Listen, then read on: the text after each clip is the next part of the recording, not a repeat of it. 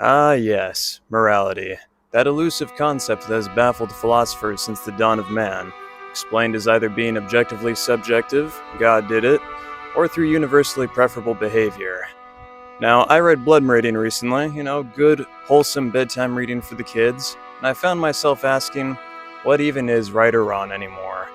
And I've solved it. Or, at least I have a different theory than I've heard espoused, so let me know what you think. I'm halfway through a Rembrandt master's study in watercolor, but for the sake of this video opted instead for something a little less demanding, so here's my process of painting a raven, the inking style inspired by Fredao Oliveira, I think that's how you pronounce it. Now, I have found that there are two words that are essential to a discussion of morality: values and virtue. Values are the basis of morality, because your values determine what is good, but virtues, those are what protect one's values. Virtue is how one remains in line with their values, which is moral. Morality is alignment with values. Virtues are the guides that keep one moral. Now, here's the kicker. What we value may differ, but there are objectively better ways of living in accordance with our values. Again, virtue is how one acts to remain in line with one's values, acting with the highest and most important good in mind. Now, what one sees or defines as good varies, which is where subjectivity comes into play because people value different things, even within religions and cultures. One can value virtue, which is what most people do to varying degrees. There are constants across our interactions on what we think is the right thing or virtuous. If one has any kind of value or desire for anything to be good or better, in whatever way that might be, they value something, and so have a sense of morality. One can have values and seem without virtue.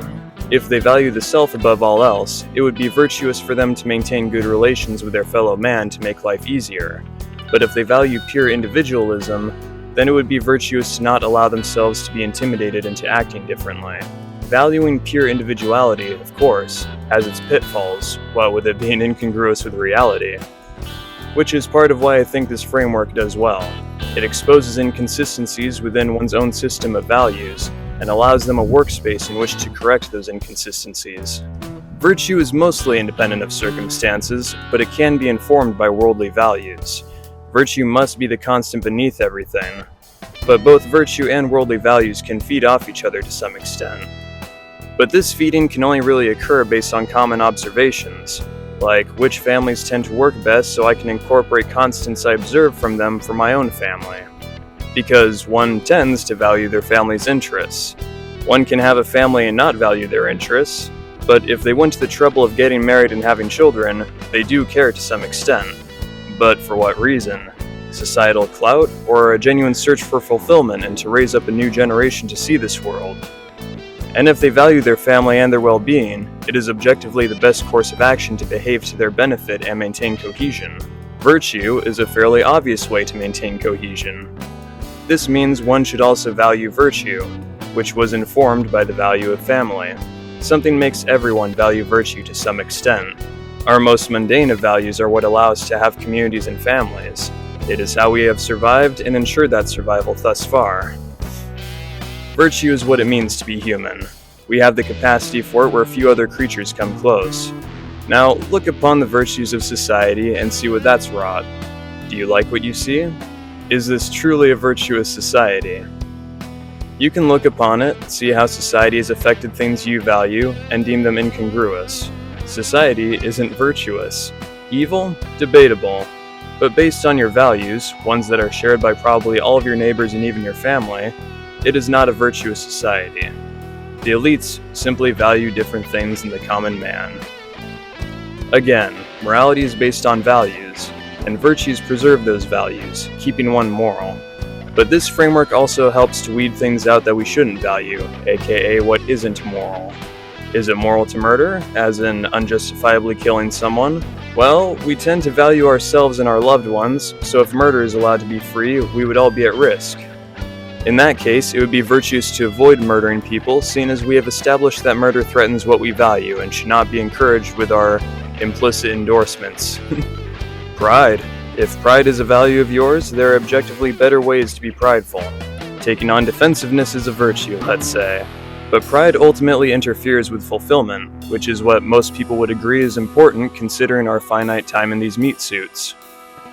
One cannot hold both pride and fulfillment as values, because one will always override the other.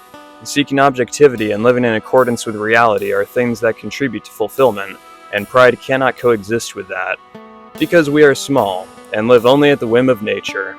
Now, here's the meat and potatoes. Our differences and conflicts are based on disparity of values, which causes a separation between our virtues.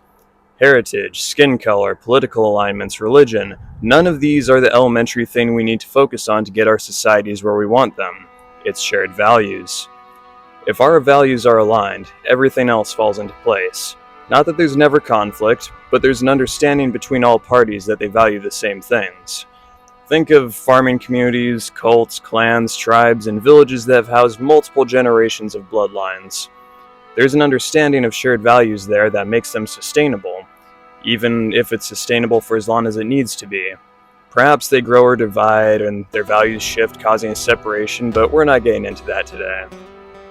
Again, morality can be objective within values. You can value your children, but if you obsess over them as a value, you can find yourself injuring them or opening a path for them to be a worse person, in which case it would be moral to value temperance and act in service of it. This is where things get tricky, and why one must try to act in accordance with reality in order to ensure they are acting in alignment with their values, hence an objective form of morality. And here we come to the end of our art journey. I hope you enjoyed the visuals as much as I did making them. Now, perhaps this entire video is just mental masturbation, but it only stays that way if no one joins me.